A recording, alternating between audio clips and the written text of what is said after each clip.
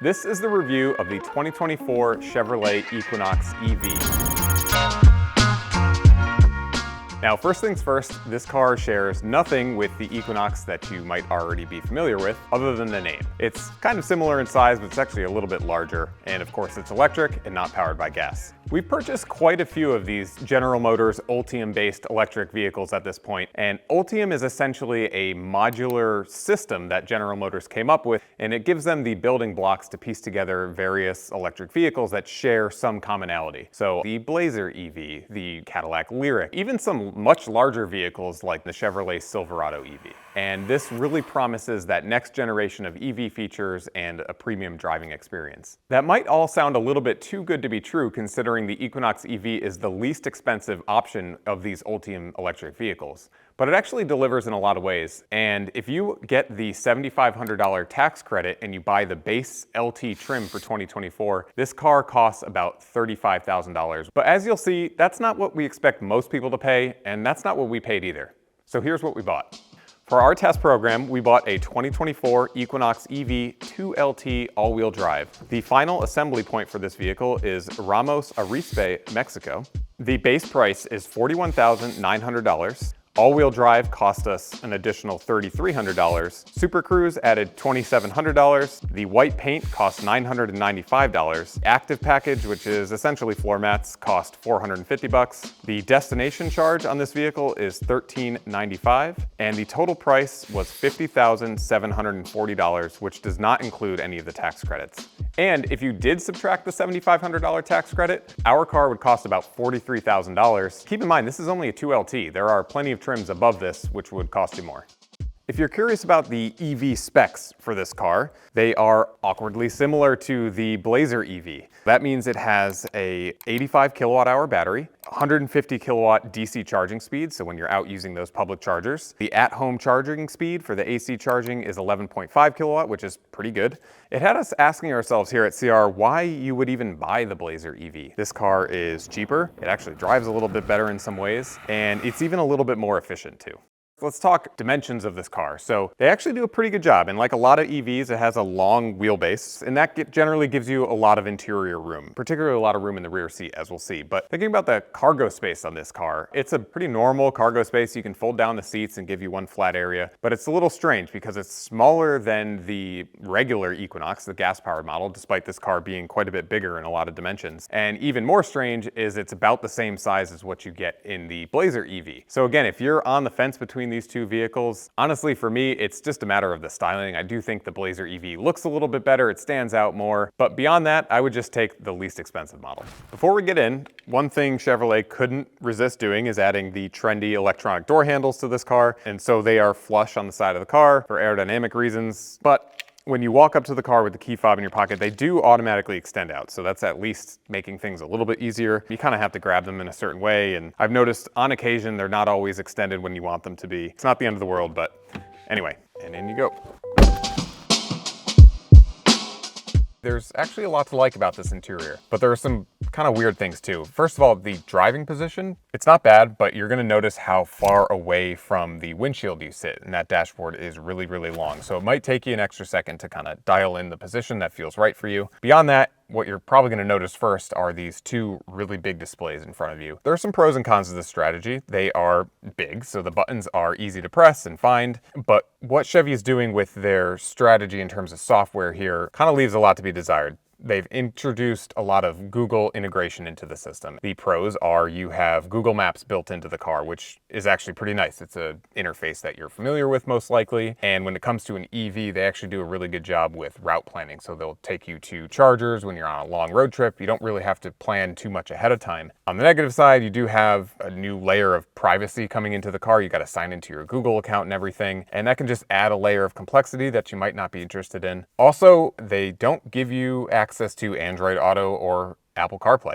that's just not included here. So you're stuck using their built-in system. While it works decently well in most cases, if you're a habitual user of CarPlay or Android Auto, you're just not going to find it here. And beyond that, what I found personally is when I'm driving at night, I really like to turn the brightness of these screens down. Not just in this car, but generally speaking. But when you do that in here, they get all kind of gray and washed out and you really can't see anything. So you've reduced the amount of light coming at you, but now you can't really see things very clearly on the screen. So that's not so great. The rest of the controls on the interior of this car, they're pretty good. There's a good mix of physical buttons still in here, particularly for your climate system down here. I have a knob for temperature, fan speed. There's still a climate menu in the system here that you can go into, but you can pretty much do all of it just down here using the physical buttons, which is awesome. And you still have physical buttons on the steering wheel and window switches and things like that. So a lot of the fundamentals here are still controlled using real buttons, which just makes it easier while you're driving. It might take a little bit getting used to this column mounted gear shift, but honestly, the more and more I drive this car and other General Motors cars that have this, I get used to it. I actually get into a car that doesn't have this, I find myself reaching up here to shift gears. So it's actually pretty intuitive. The interior storage in here is simple, straightforward. You have this big tray right in here. It looks like it should be a wireless phone charger, and it even feels like when you feel the slots for your phone when you're in there, but it's not. Behind that, you have this little slot, which I guess you could put your phone in there, and there's some USB-C ports in there, but you would then have a cord kind of dangling and everything, and it's just not the most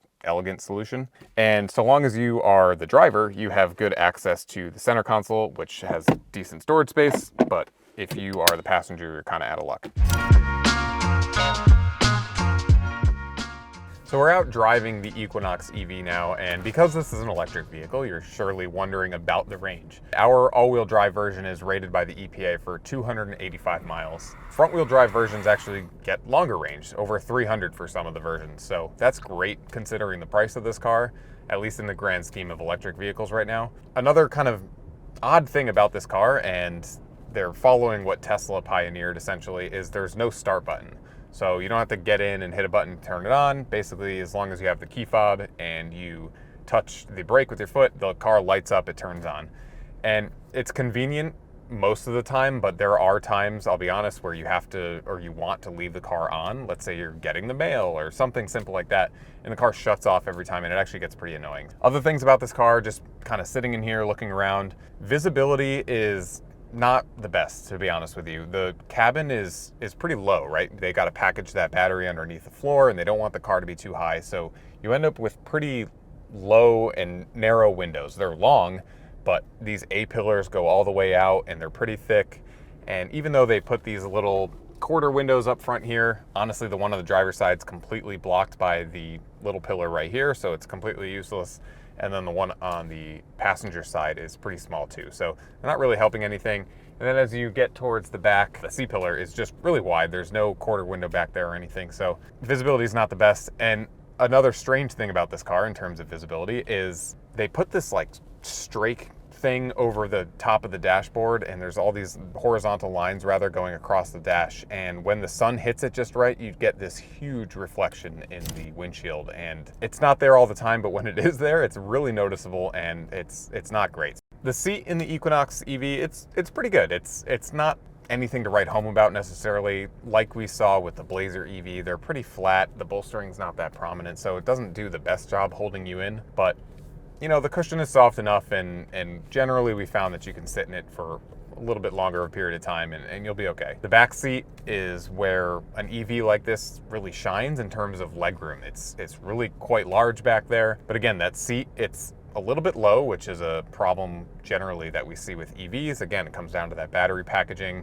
They got to keep that seat low relative to the floor height. Even though you have a lot of legroom, it's not the most comfortable space back there, but at least you're not going to be cramped.